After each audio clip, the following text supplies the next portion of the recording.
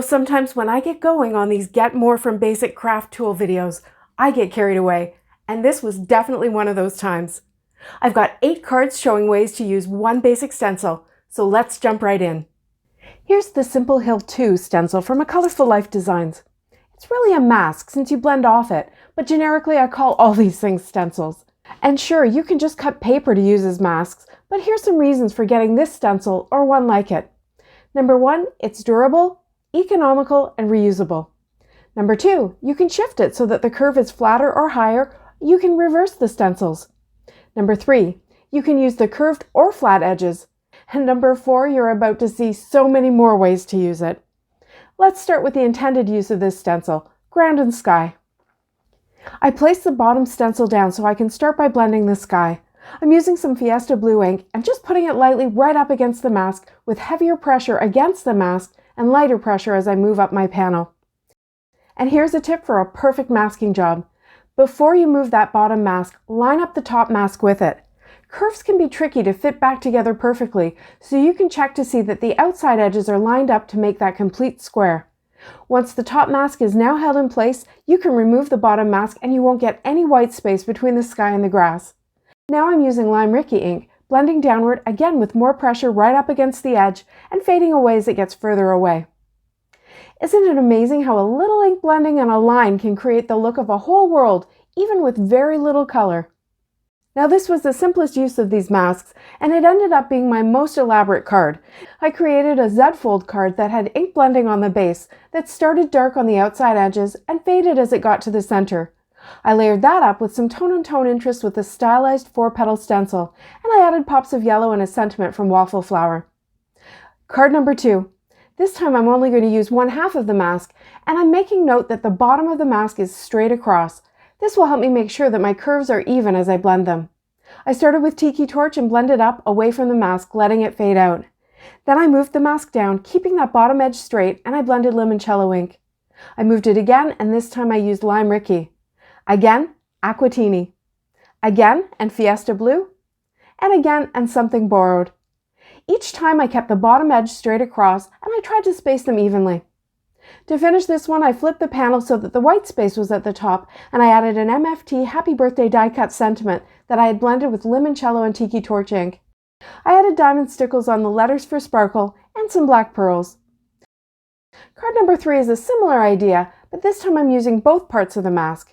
I've got the bottom edge straight, and to line up the top mask, I make sure that the left and right edges line up with the bottom mask, and that the top edge is straight. I put the square fade stencil over top, and I taped it down to hold it in place.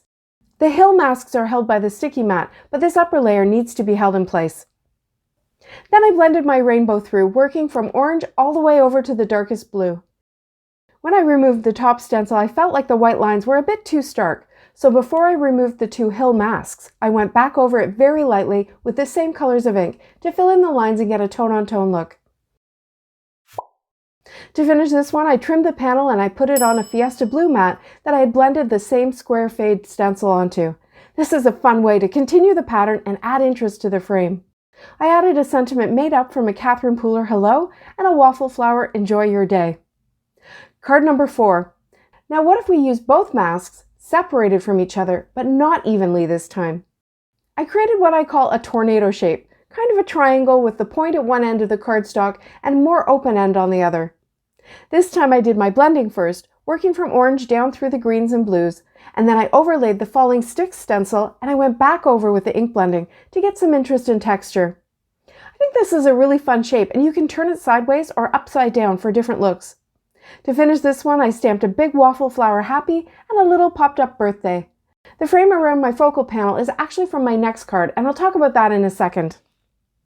For card number 5, I'm going to use both sides of the mask, and I'll start up at the top with Tiki Torch. This time I'm going full strength and no fade out with my blending. Once I have that done, I use that trick of putting the other mask on top before I moved the first one so that I got perfect coverage. Then I cleaned the second mask and I dried it. Oh yes, there is a lot of cleaning in this video to avoid contaminating my colors, so it's handy to have a damp rag next to me. And I kept working through all my colors down to the something borrowed. I flipped the mask, used the straight edges, and tried to get lots of variety. Then I worked my way back through the colors using the blues, greens, and yellow. I love the look I'm getting. It's like an artistic landscape. To finish this one, I trimmed the panel with an essential rectangle die, which is what created the frame in the previous card, and I gave it a narrow black mat. I used a large waffle flower happy birthday sentiment heat embossed on vellum with white embossing powder and a little stamped "To You." Card number 6 combines a couple of the previous techniques, a reverse tornado and another stencil. Remember, the tornado card had blending on the inside of the tornado. This one will have a white tornado and blending on the rest of the panel. I placed the first mask down so that the curved edge flowed from one side to the other, and I grabbed the Groovy Flowers mask.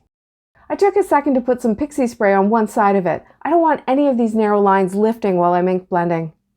Next, I put limoncello ink through each of the daisies, just in a circular motion, and then I grabbed a smaller blending brush and I blended aquatine ink on the in-between parts of the stencil. I'm not too worried about precision because the white daisy outlines will make it very clear where the flowers are. I decided to add some tiki torch to the flower centers to get some more depth in them. To create my reverse tornado, I flipped the panel over and just did the exact same thing again. I placed the mask so that it covered my previous ink blending as well as the white tornado area, and then I put down the Groovy Flowers and started blending them again, then the in-between bits, until I was done.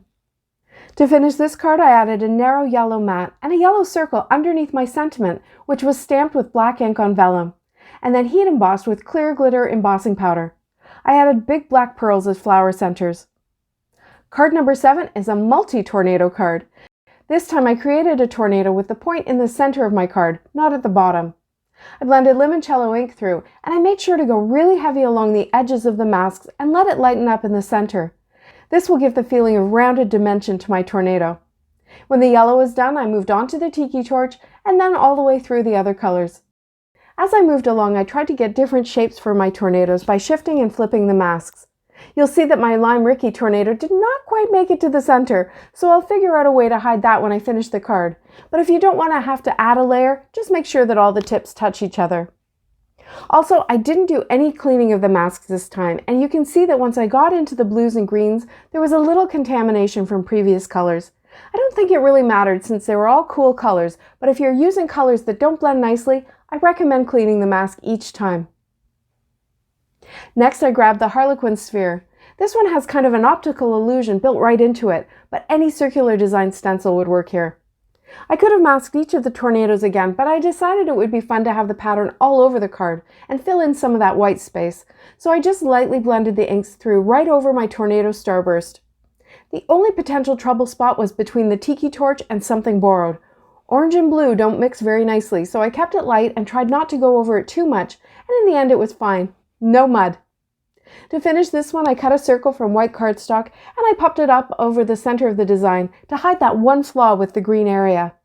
I stamped a waffle flower sentiment and added some stickles around the edge of the circle, as well as some black pearls. Okay, we're at card number 8. This one is the most elaborate, and I started by using one of the masks and Fiesta Blue ink to create waves in an ocean. To do this, I held the mask in place and blended the ink downward, letting it fade away. Then I shifted the mask, even letting the lines cross over each other, and I did it again, and again, and again, and again. I flipped the mask every so often to get the curves going in the other direction, and eventually I switched from Fiesta Blue to something borrowed as the ocean got deeper. This is a great technique for an ocean, but it would also be beautiful with a mix of colors, and those overlapping areas would create new blended colors. With my ocean finished, I put the mask over the ocean and moved on to my sunset. I don't have a sun stencil, but this dot circle fits the bill nicely. The dots add another geometric feature to this kind of artsy looking sunset scene. I started with limoncello in the center and tiki torch on the outside. When I removed the stencil, I filled in the sun with more limoncello and tiki torch ink, building up the vibrance of the colors by building up layers. At the very end, I added a bit of juniper mist to the top just to show the darkness of the night sky. Just a little bit. Again, I didn't want to overlap the orange too much, in case I got mud. To finish this one, I stamped a big Catherine Pooler sunshine word, a smaller waffle flower hello, and added some yellow gems for a sparkle. 8 cards, and honestly, I stopped not because I was running out of ideas, but because I was getting tired of cleaning the stencils so much. Sometimes we feel like simple tools and shapes aren't all that exciting, especially when there are so many really unique and beautiful products for sale. But investing in good basics in your craft room provides you with versatile building blocks that can be used on their own or together with more specialized goodies for great card making designs. How would you use this stencil? Let me know in the comments below. Thanks so much for watching. See you next time.